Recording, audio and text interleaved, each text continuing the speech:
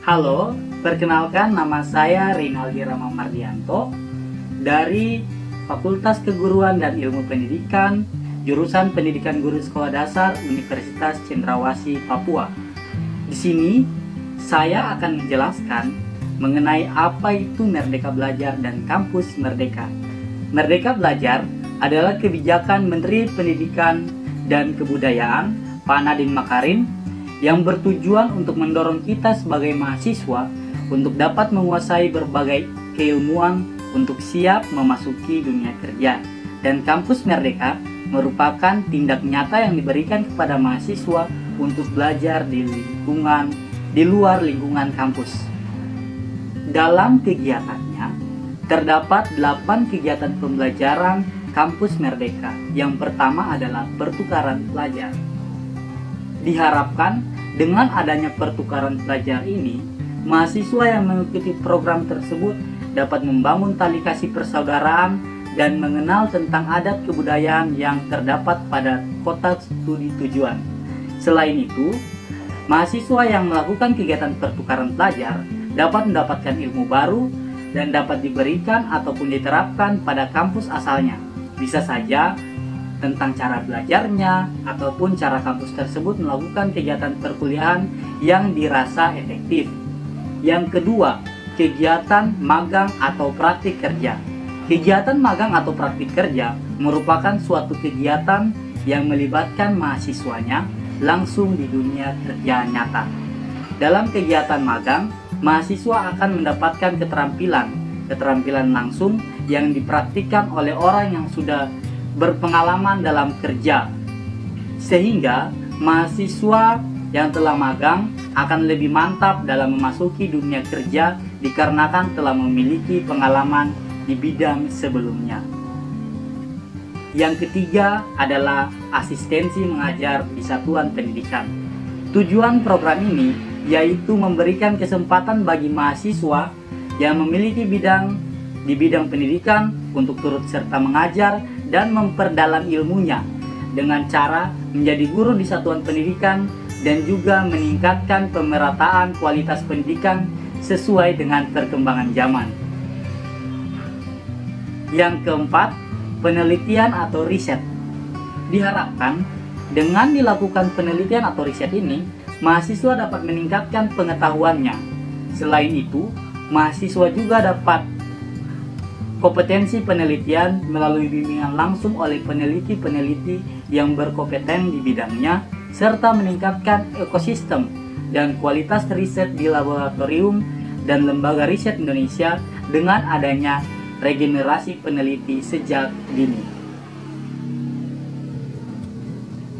Yang kelima, proyek kemanusiaan. Proyek kemanusiaan bertujuan untuk menyiapkan mahasiswa yang mempunyai jiwa sosial dan menjunjung tinggi nilai kemanusiaan dalam menjalankan tugas berdasarkan agama, moral, dan etika. Selain itu, dengan adanya proyek kemanusiaan, mahasiswa dilatih untuk memiliki kepekaan sosial. Yang keenam adalah kegiatan kewirausahaan. Tujuan dilakukan kegiatan kewirausahaan adalah memberikan kesempatan bagi mahasiswa untuk mengembangkan usahanya lebih dini dan pastinya dibimbing. Selain itu, mahasiswa diajarkan untuk menangani permasalahan pengangguran yang dapat menghasilkan pengangguran intelektual dari kalangan sarjana. Yang ketujuh, studi proyek independen.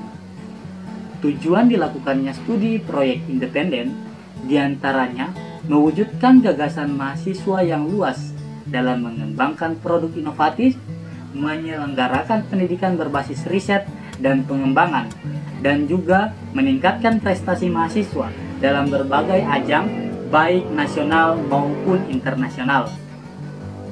Yang kedelapan, membangun desa atau kuliah kerja nyata. Kuliah kerja nyata merupakan suatu program yang melibatkan mahasiswa yang terjun langsung ke desa untuk membuat suatu program yang dapat memberdayakan masyarakat kampung yang di dalamnya juga mahasiswa belajar untuk hidup berbaur dengan lingkungan masyarakat dan belajar untuk bisa mandiri sendiri. Ya, latar belakang saya bergabung sebagai relawan mengajar dari rumah itu dikarenakan kondisi pandemi COVID-19 yang semakin meluas, bukan hanya di luar negeri maupun dalam negeri kita sendiri, yaitu Indonesia.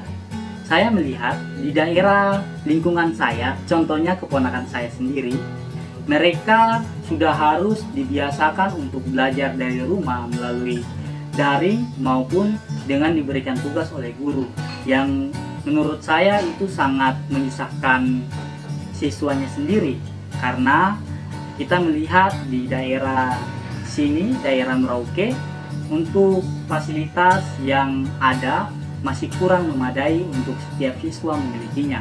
Selain itu juga ada siswa yang memiliki fasilitas namun terkendala dengan akses internet yang kurang stabil untuk di daerah kami di Merauke.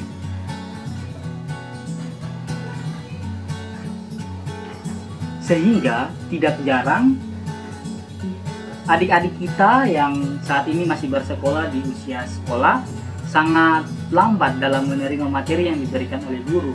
Terkadang juga ada guru yang melakukan kunjungan ke rumah namun hanya memberikan tugas dengan menjelaskan sedikit, nanti tolong baca sendiri di buku dan kerjakan sendiri, sehingga orang tua berpikir ekstra untuk mengajarkan anak-anaknya. Bersyukur kalau misalnya anaknya itu cuma satu yang ada dalam usia sekolah. Kalau misalnya 2 atau 3, tidak bisa dibayangkan bagaimana sulitnya orang tua dalam mengajarkan anak-anaknya.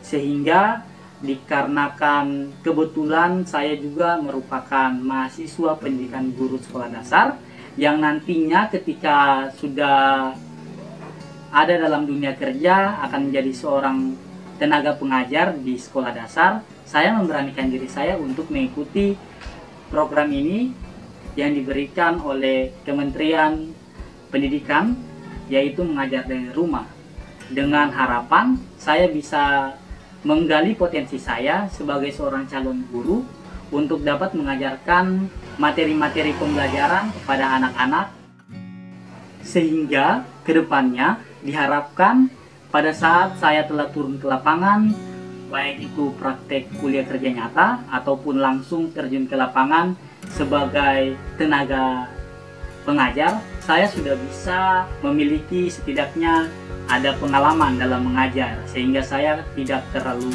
panik, mungkin tidak terlalu gugup, tidak terlalu grogi di depan murid-murid yang jumlahnya lebih banyak.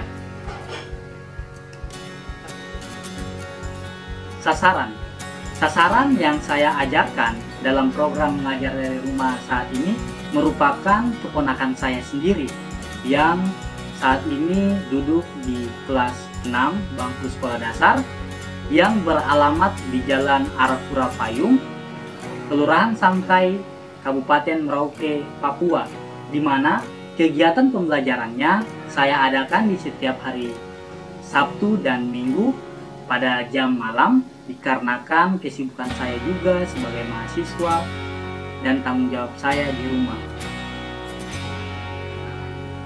Iya, untuk materi yang saya ajarkan kepada keponakan saya, di sini saya mengikuti materi yang diberikan oleh gurunya. Kebetulan pada saat awal pembelajaran itu materinya adalah KPK dan FTB. Nah, saya sebagai relawan mengajarkan bagaimana itu cara mencari KPK dan FTB terhadap adik saya untuk di hari pertama. Dan seterusnya saya melakukan pengulangan. Setelah itu, pada hari berikutnya saya melakukan pengulangan sedikit dan bertanya kepada adik saya, keponakan saya, apakah dia sudah bisa atau belum, dengan cara saya memberikan tugas dan dia mengerjakan. Kebetulan pada saat itu ada beberapa jawaban yang sudah betul dan ada beberapa jawaban yang kurang tepat, dan saya menilai materinya, sehingga saya rasa untuk materi yang diberikan oleh gurunya mengenai KPK dan FTB, anak tersebut sudah memahaminya. Dan pada hari berikutnya saya memberikan kesempatan kepada keponakan saya untuk menanyakan materi apa yang dia belum memahami, dan saya menjelaskan. Nah, kebetulan di situ ada beberapa materi yang memang dia sudah diberikan, namun dia belum memahaminya karena keterbatasan waktu yang terjadi pada saat ia tatap muka dengan gurunya di rumah. Sehingga saya memberikan materi tersebut secara singkat dan juga memberikan solusi atas segala soal-soal yang telah diberikan oleh guru-gurunya.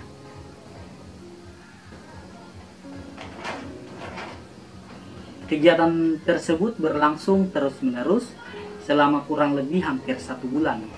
Saya memberikan kesempatan kepada keponakan saya untuk memberi pertanyaan atas materi yang dia rasa sulit, dan saya pun memberikan jawaban sesuai dengan materi yang ada.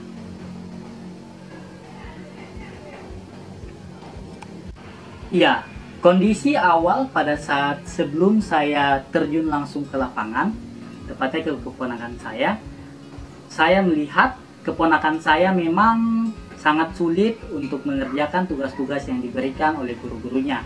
Apalagi terus terang mereka itu mempunyai dua sesi pembelajaran. Yang pertama adalah pembelajaran daring bagi yang memiliki akses internet, dan juga pembelajaran sistem jemput bola di mana guru datang ke rumah-rumah siswa untuk memberikan materi dan memberikan soal.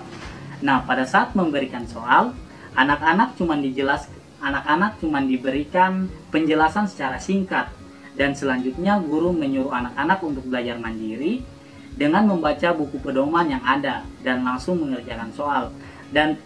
Dan posisi keponakan saya sangat sulit untuk memahami hal itu, sehingga terkadang harus membutuhkan bantuan dengan menanyakan kepada saya melalui orang tuanya, dan saya mengerjakan soal. Dan menurut saya pada saat itu pembelajaran saya rasa kurang efektif, karena bisa dilihat anak-anak dalam usia belajar, apalagi masih dalam lingkungan sekolah dasar, anak-anak masih susah untuk belajar sendiri, harus ada butuh pendampingan yang diberikan oleh guru-gurunya. Namun karena posisi pandemi seperti ini, kita tidak bisa menyalahkan siapapun, sehingga anak harus dituntut untuk belajar sendiri. Nah, setelah saya melakukan kegiatan pendampingan belajar dari rumah, puji Tuhannya, walaupun belum bisa semaksimal mungkin, setidaknya keponakan saya telah mengerti dan memahami beberapa materi yang dia rasa sulit karena keterbatasan waktunya bersama guru-gurunya, sehingga sampai sekarang dia sudah bisa memahaminya.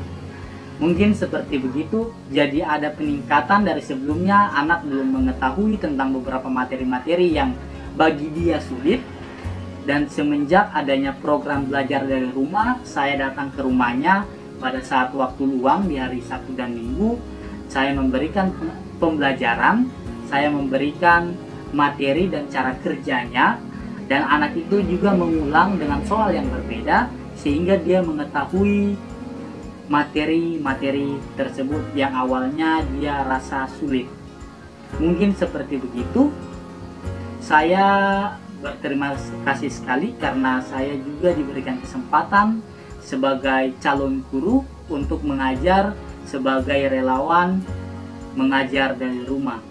Mungkin itu saja dari saya. Tetap buat teman-teman sekalian, tetap semangat dalam menjalani program ini.